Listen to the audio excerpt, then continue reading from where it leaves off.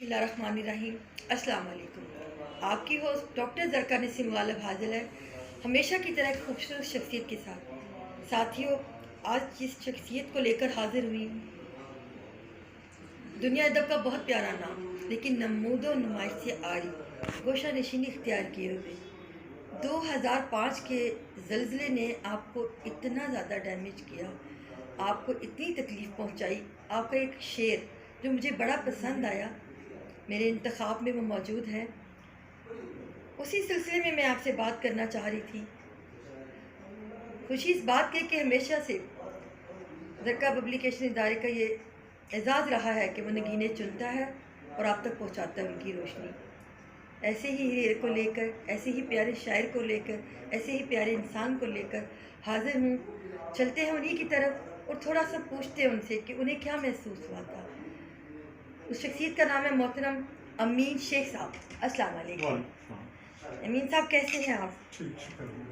आपका एक शेर जिसने मुझे बड़ा मुतासिर किया, आपने कहा कि ये 2005 का जो ज़लज़ला आया था उस पर आपने कहा, हमारे नाज़रीन को बताइए, बाप को बताइए कि आपके क्या महसूस हुआ था आपको? बस ये देखें जी कि ज़लज़ला हमारे खूबसूरत इलाका जात में, शुमाली इलाका जात जो स्विट्ज़रलैंड से भी खूबसूरत हैं, तो उस पे जब ये क़यामत गिरी ज़लज़ले की, तो ज़ाहिर है कि वो एक खूबसूरत वादी जो थी वो शिकस्त और रेख्त का तस्वीर बन चुकी थी। ऐसा ही है, ऐसा ही। और दिल पे गुजरने वाले जो जज्बात हैं उनका ताल्लुक महसूस तो किया जा सकता है, बिल्कुल किया जाता है, लेकिन वो अल्फाज में उनका समोना बहुत मुश्किल है, बहुत मुश्किल। क्योंकि ये एक ऐसी दास्तान है जिसमें एक खूबसूरत जगह को इतनी तबाही और बर्बादी की शक्ल में वहाँ पे छोड़ा। ना सिर्फ खूबसूरत जगह को, मैं ये कहती हूँ जो लोग इस दुनिया से चले गए, जो शहीद हुए थे, हाँ, कितने ख़ानदान ख़त्म हो गए, कितनी नस्लें तबाह हो गई, कितनी औरतों के जो सुहाग उजड़े थे, और वो बच्चे जो अभी पैदा ही हुए थे, और वो बच्चे जो दुनिया में नहीं आ सके थे, वो सब लोग इसी तरह निस्तो नाबूद हो चुके थे। और फिर ये ज़लज़ले है की कि तबाहकारियाँ। इसमें जो कुछ चीज़ तो कुदरत की तरफ से होता है हुआ, जी जी। फिर उसके बाद अलमिया ये हुआ कि लोगों ने हाँ हाँ लूट मार शुरू की, हाँ। और लोगों यहाँ तक के था कि भाई जेवर तक उतार दिए गए। और उसी से मैंने एक वो पूरी लिखी सी नज़म पाई, तो उसमें एक शेर मैंने ये भी लिखा था कि मेरा जेवर यूं ही उतर जाता, मेरा जेवर यूं ही यूं ही उतर उतर जाता। जाता, काटना आज़ा का क्या ज़रूरी था, हाय हाय, क्या खूबसूरत कहा है। काटना अज़ा का क्या ज़रूरी था, क्या ज़रूरी था। मेरा जेवर यूं ही उतर जाता, काटना अज़ा का क्या ज़रूरी। तो ये चीज़ें जो होती है ना, ये इंसान को और भी उदास कर देती है कि हम लोग जो इंसानियत के नाते से एक दूसरे को हेल्प करने के लिए, एक दूसरे का एहसास करने के लिए पैदा किए गए। हमें दुनिया में भेजा इसीलिए गया था कि भाई देखो वहाँ पे जाके एक अच्छा मुआशरा तश्कील दो, एक दूसरे का एहसास करो और एक दूसरे की हिम्मत से और मदद से उनकी हौसला अफजाई करें। तो लेकिन इस चीज़ की जब कमी वाक़ई होती है ना, तो फिर दिल और भी उतरता है। बिल्कुल जी, सच में ये बात हकीकत है कि दिल बड़ा दुखता है। जानदार चीज़ों की तो हिफाजत होती नहीं, इंसानों के जज्बात की तो कदर होती नहीं, और बेजान चीज़ों के पीछे ही लोग मरते जा रहे हैं, जबकि ये चीज़ें सब बेबुनियाद हैं, यहीं रह जानी है। हमारे साथ तो हमारी नेकियां और हमारे अमाल जाने हैं।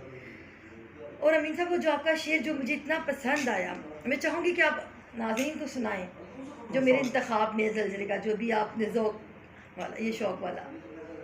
हाँ, सोचता हूँ हाँ। किस कदर फितरत का आला ज़ौक़ था, सोचता हूँ किस कदर फितरत का आला ज़ौक़ था, मौत को भी ये मनाजिर देखने का शौक़ था। मौत को भी ये मनाज़र देखने का शौक़ था। वाह, क्या खूबसूरत आपने कहा, कैसे अपने जज्बात को मिसरों में ढाल कर, 2 मिसरों में डाल के इतना खूबसूरत शेर कहा, और अपने पूरे जज्बात आपने उसमें बयान कर दिए। एक शायर का यही कमाल होता है कि वो एक शेर में अपने जज्बात को यूँ ही बयान करता है। और अमीन साहब, आपकी किताब आ चुकी है आपकी? जी, बस वो ज़ेर समाअत है, अच्छा, खुशियों के आसपास। खुशियों के आसपास। हाँ जी, खूबसूरत। तो मैं भी देख रहा था, मैं आपको टाइटल भी शायद उसका दिखा सकूँगा। जी जी। تو بس مسئلہ صرف یہ ہے کہ ایک تو میں 2 سال پہلے کورونا کا شکار ہو جی گیا، جی تو اس کے بہت مطلب ہے کہ بہت زیادہ تکلیف کے دور سے گزرا ہوں، جی کمزوری بھی بہت ہوتی سب کچھ ہوا، تو بس وہ سوری سستی کا ہی ہے، ورنہ نہیں، میں انشاءاللہ تعالیٰ آئے گی اور یہ کتاب جلد منظر عام ہوگی، اور میں اپنے ناظرین سے ضرور یہ کہوں گی کہ جب یہ آپ کی خوبصورت بساطوں کی نظر ہو آپ اس کو ضرور پڑھیے گا۔ کتاب ایک انمول تحفہ ہے، یہ پڑھنا چاہیے اور میرٹ پہ ہی ہونا چاہیے۔ کتابیں تو بہت سی آ رہی ہیں، لیکن جو کتاب انسان خود تخلیق کرتا ہے نا، اسی کتاب کا کام ہے، وہی کتاب دل پر اثر کرتی ہے۔ میں زیادہ کتابیں لکھنے میں بلیو نہیں کرتا، جی جی سیدھی بات ہے، صحیح، میں کہتا ہوں کوالٹی ہونی چاہیے، کوالٹی ہونی چاہیے، کوئی بالکل شعر تو کوئی کسی کو پسند آ جائے ہاں جی، جو کسی محفل میں کوٹ کیا جا سکے، بالکل جی، کسی شعر وہی موقع ہے، پہ اس کو استعمال کیا جا سکے، بالکل کہ جب ہم کچھ کہیں تو وہ ہر انسان کو خود پر لگنا چاہیے، ریفرنس کے ہاں لیے۔ ہاں جی تو میں آپ کو بتاؤں کہ میں ایک مشاعرے میں گیا تھا، جی جی کالج کا مشاعرہ تھا، ہاں جی تو وہاں پہ آتے ہیں کہ ینگ لڑکے ہوتے ہیں، ہاں جی تو ایک لڑکے نے اتنا خوبصورت شعر کہا، مجھے نہیں بھولتا اور میں سب کو سناتا بھی ہوں، کہ لوگ مسجد کو دلہن بناتے رہے، لوگ مسجد کو دلہن بناتے رہے اور مفلس کی بیٹی کنواری رہی۔ ہائے ہائے، بہت خوبصورت، کیا خوبصورت کہا، تو اور یہ مفلس خوبصورت کی شعر بیٹی۔ ایسے ہوتے ہیں کہ جو کہ دل کو بھا جائیں اور پھر آگے اس کے بس کچھ میں نہ بڑی کچھ- معذرت کے ساتھ ایک بات کہنا چاہوں گی کہ لوگ مساجد میں جا کے بڑے ماتھا ٹیکتے ہیں، لوگوں کو دکھا دکھا کر نماز پڑھتے ہیں، خدا را یہ عمل کرنا چھوڑ دیں، وہ نماز ادا کریں جو آپ کی قبول ہو جائے، جو سچ میں نماز ہو۔ اس بات کو ضرور سمجھیے گا کہ یہ بندی آپ کو کیا کہنا چاہ رہی ہے۔ بہت شکریہ امین صاحب آپ کا، اللہ تعالیٰ آپ کو سلامت رکھے، ہم آپ کو ہمیشہ ایسے ہی تکلیف دیتے رہیں گے اور اپنے ناظرین سے آپ سے ملاقات کرواتے رہیں گے۔ بہت مہربانی۔